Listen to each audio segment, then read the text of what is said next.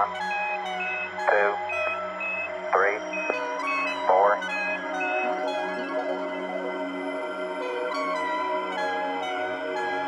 5, 4, 3, 2, 1, 0. All engine running. Liftoff. We have a liftoff.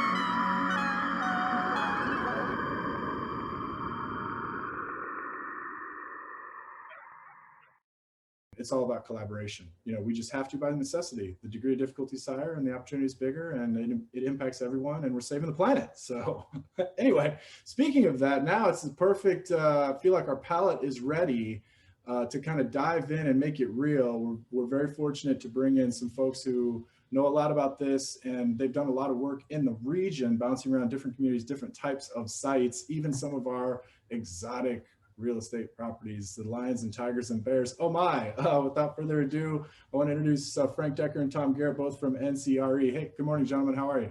Dan, well, thank you. Good. Good morning. Good and sounding good. And Frank, I really like your background. Good stuff. Better than mine. I printed mine out there. They printed it out for me today. Thank you very much. Okay, so yeah, I really, this is your guys' time. I want to hear from you. I know you've got some material for us, and you're going to help us make it real. But you guys I like you guys, especially because you think big too. You've been blazing this trail early on. You've gone down a lot of these roads, jumped over a lot of pitfalls and whatnot. And I think that our audience is ready after a couple of days to absorb your experience and learn a tremendous amount from it. So thank you for joining us today. Thank you, Dan. I'm going to start out this morning, and it's an honor to be here. I want to thank you, Dan, for sort of closing the comments on the last session by talking about, I think I can quote you, you either think about the community first or you think about the community last, because it's a wonderful segue into sort of my comments, and I really just want to introduce Frank. So let me start out with this. In a summit filled with scientists, full of people who know lots of stuff that I don't know, I have to get back to my inner history major. So I'm going to start everybody out with this sort of illustration, this metaphor of where we are. December 16th, 1903, the laws of physics were the exact same as they were on December 18th, 1903. Now, if you're a nerd like me and you know history, you know what happened on December 17th, 1903, but let me go for just a moment first. For about 2,000 years, based on recorded history, human beings had been attempting to fly, but never before December 17th, 1903, was human-powered flight ever achieved. Now, the laws of physics didn't change, so that means that the concept of human-powered flight had always been possible, but had never been achieved because we weren't doing it right. So December 17th, 1903, the Wright brothers took the study of so many efforts of so many people, of so many backgrounds across the globe, and applied those lessons and flew at Kitty Hawk, North Carolina. 40 years later, during the Second World War, the United States alone was producing almost 220 aircraft a day. In fact, produced 300,000 aircraft to smash the Nazi menace and the Imperial Japanese oppressive regime. So what had been perceived by many to have been impossible became not only possible, but a tool that was used to confront a global crisis and conquer that global challenge. And so the metaphor here, obviously, for you English majors, kidding, is that what solar does is what flight does. That for so many years, people have appreciated the power of the sun to help us grow our crops, to warm our faces and give us vitamin D, etc. But never until relatively recently on the continuum of time was it possible to power our homes, to heat our homes, to drive our cars, etc.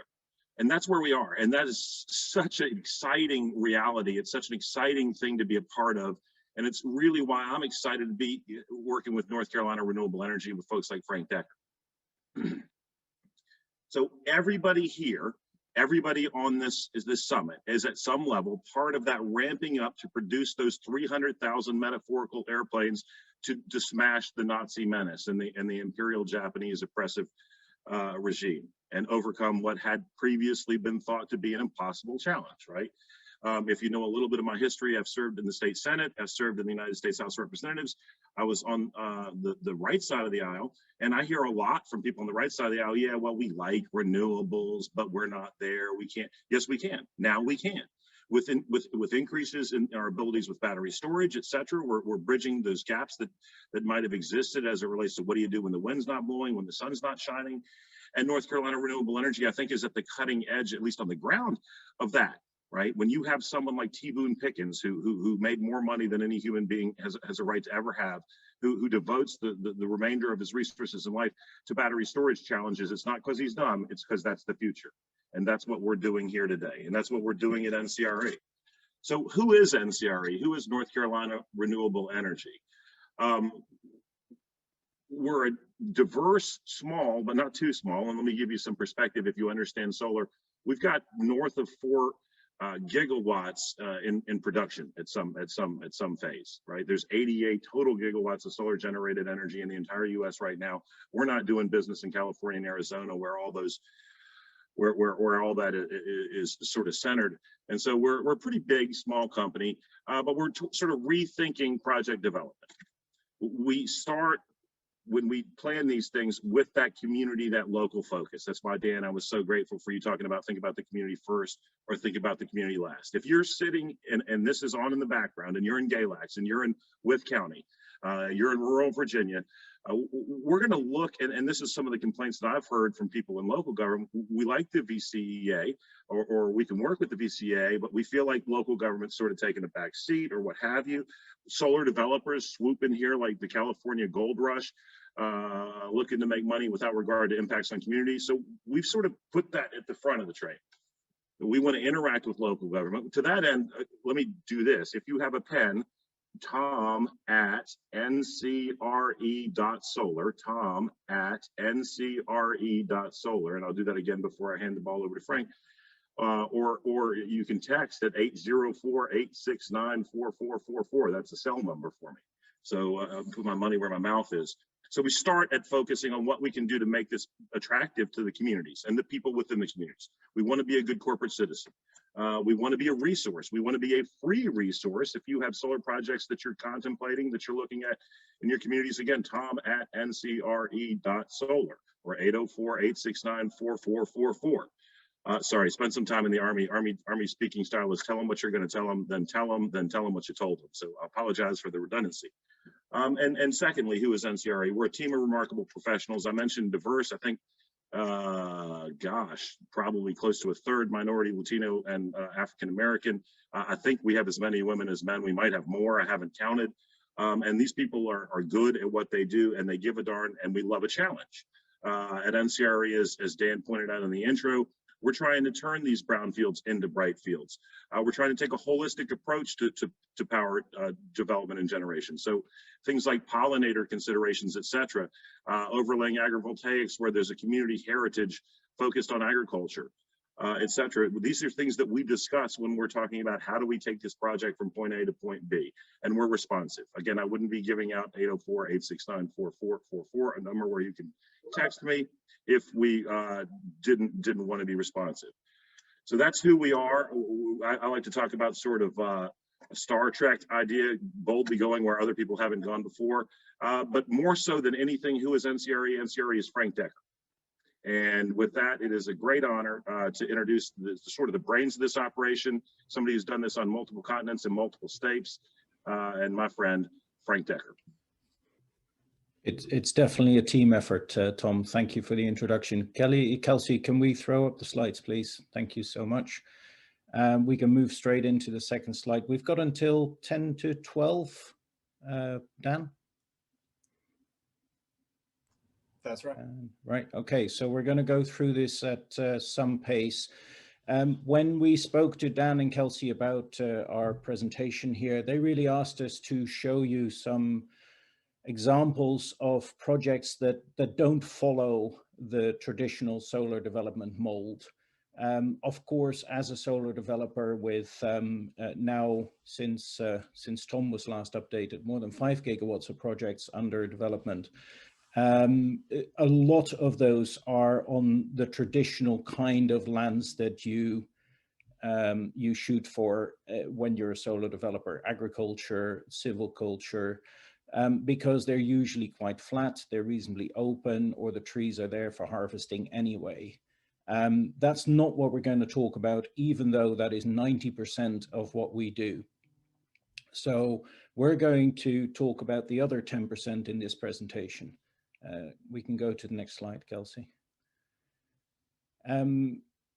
You've heard throughout this summit already that, you know, landfills is an area that people are developing solar onto, especially in other states where there have been financial incentives to do so, or the overall project economics of a solar farm make it feasible to do so. These are slightly more expensive installations, but usually the land is so welcoming to solar, and the community appreciates that there's very little else you can do with that land. So if you show the next slide, we can see some of the things that are involved there. These are projects in New England and in Kentucky. Everything is above ground. These are usually sites that can have no penetration into the ground because there's only a thin layer of dirt covering up whatever is underneath. But you can see that they get quite large, you know, 2-3 megawatts worth of solar projects, and that fits right into the Dominion sweet spot that Everil was talking about at the beginning of the summit. So this is something that we do, that we're interested in doing more, because it fits with everybody's objectives here. And if you're thinking about that, if you're listening or reviewing this on the video link, and you're from a county or a city, and you're thinking, we can do with some of that, you know, Tom has given his email and his telephone number out about 4 times already. I don't need to do that. We'll have it in the binder with information as well. Switch to the next slide, Kelsey. So this project is in Pennsylvania. You can see on the slides here that there are 2 strip mines, very scarred, ugly pieces of land, and there is a corridor, a transmission corridor, that red line running straight through the middle of both of those parcels. So as a solar developer, you start to salivate a little bit, and you look at this and go, well, wow, that looks interesting. Next slide, you can see the drone footage of what that land looks like now that it's been remediated. So it looks pretty nice and clean. Sadly, if you look at the next slide, that this is the latest remediated parcel. The other one has been remediated a little bit longer, and you can see that nothing much grows on this land. So even after 6-7 years, this is about as good as it gets. And everybody, the community, the county, very receptive to us coming into this project. And on the next slide, you can see that those trees here, especially that parcel in the middle, or the 2 parcels in the middle, we do still think like a solar developer. Yes, we will, you know, use remediated mine lands where we can. If it makes sense to turn that into a larger project and take some trees out in the middle, then we will do that. That makes sense for us. It makes sense to make use of the parcels. This is a drawing in development. The top parcel has now also been used for solar, of course. So when in the session this afternoon, in the sessions that we've had previously, you hear about these kind of brownfields. I think this is a great example of where we're using the remediated mine lands in these cases. So we've taken a little bit less risk because, you know, the former miner operator has got their approval from the DEP, etc. But it's possible to do a 100 megawatt solar project on these parcels, as you can see here. So we're moving on, Kelsey. Sometimes you can find a great site. In this case, we found a great site here on this agricultural land just to the right of this town. And we thought, fantastic, we can build a solar farm there. Everything's flat, the substation's in the middle of it, the landowner is willing. What's not to like? Turns out, putting community first, as Tom and Dan have both said, that what's not to like is a great big solar farm right next to your town that is slated for expansion, etc. So it does take dialogue and communication with the community to understand that and understand how they feel about it. What was considered, and getting support from the DMME and the DOE, the NREL, a lot of people that you've heard about several times already throughout this summit, it's to say, well, what if we can't develop it as a solar project that just sits there and generates energy? What if we do something a little bit more creative? And we're turning this particular project into an agrivoltaic site. And to our knowledge, the first agrivoltaic site of any dedicated scale in Virginia. So if you show the next slide, Kelsey, and show a concept drawing of what that looks like. And what we're really trying to do here, together with education partners and farming partners, especially the Future Farmers for America, is to provide at the top of this site a controlled agriculture environment so that we have something to compare the agrivoltaics to. And then the second half of the site is a controlled solar environment. So it's just a normal solar farm. And then the bottom part of this site is the combined area where we would use agrivoltaics.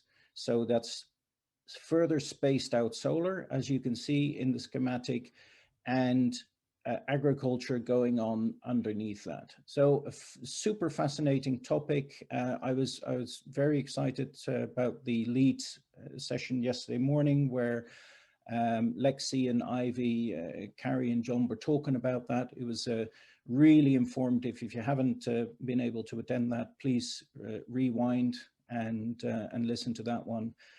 Lots of good, interesting thoughts. I think the next slide is an artist impression of what that would look like.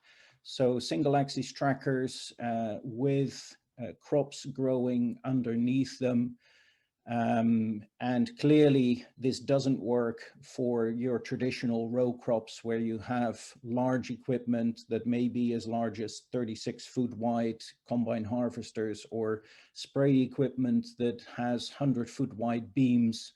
So it does require a collaboration with the agriculture operator, and in particular at this stage still with agrivoltaics, with a research partner like the Virginia Tech or the local community colleges, all who we're speaking with about research, and ultimately NREL taken up the mantle of the nationwide custodian to take research further. We're fascinated about this. We'd love to be involved with everybody who's excited about agrivoltaics to make this the best agrivoltaics projects in Virginia. Got a couple of minutes for a couple of other special projects that are not necessarily moving forward, Kelsey. Yeah, we do sheep as well. These happen to be in our in one of the UK farms where I started out at, but it makes a whole lot of sense. And again, listen to Lexi's talk from yesterday if you haven't. Moving on. Two special projects. This looks like your traditional solar operator going in, a little bit of agriculture, a little bit of silviculture, and we're looking at it going, hey, we could build a solar farm there. Again, you can see the red line that designates the transmission line. If you show the next slide, these were the parcels that we had in mind. And turns out that somebody else had also thought that this was a good location for something. In this case, it was actually the county themselves who had looked at this and said, you know what, we can do an industrial park here, maybe some residential, etc. So that's, I think, a picture on the next slide shows you what that looks like. Ultimately, they decided to have their industrial park somewhere else in the county, and they ended up with owning all of this land and no real purpose for it. So in partnership with them, we turned it into one of our flagship projects in Virginia, which is shown on the next slide. And that project is not quite completed yet, but you can see that it's possible to work with the county and use land that they had already zoned, they'd already looked at for an industrial park. So we didn't feel quite so bad about using what others would consider as a green field, because it was never going to be a green field. The final project that we can share with you that shows some creativity moving on is this particular site here, also in Virginia. People who know this is a golf course, of course, with the little bunkers and the fairways and the little trees between them. Sadly, the golf course had been disused for many years and kind of lay abandoned, began to be an eyesore. And together with the landowner who had bought this as an investment property, and the community, which is quite close around, as you can see, although the terrain works in its favor. And again, the county, we have turned this into a solar farm that should be completed by the end of this year, which you can see in the next slide. So the blue area there is not a lake, it's an exclusion zone where, you know, we're staying away from the neighbors, but as you can see, the rest of it becomes pretty much a solar farm. So, and the abundance of repetition, I think the final slide shows our email addresses. There we go. So don't send an email to me, no, kidding. Tom, tom@ncre.solar. A minute over. Sorry, Dan. That's okay. Hoot on, Frank. We appreciate that. Yeah. For those who don't know, Frank is from the Netherlands. I actually lived in the Netherlands for a couple of years and went to university there at Erasmus University, and started my law career there at Nauta de Til. Shout out Nauta. Rotterdam's changed a lot. And that's okay. Thank you, Tom, as well. You guys, just dynamite stuff. We're going to be sharing all their information. The knowledge binder, of course, you already have their contact information, and you know, they know their stuff. They've done a lot of solar. They've taken on some exotic sites. They engage the community, and they think globally. And they've already been thinking differently. So thank you, Frank. Thank you, Tom, and we look forward to your sheep projects. You're making it real. There it is. Picture's worth a million words. So thank you so much. It's beautiful. Future is bright. Yeah.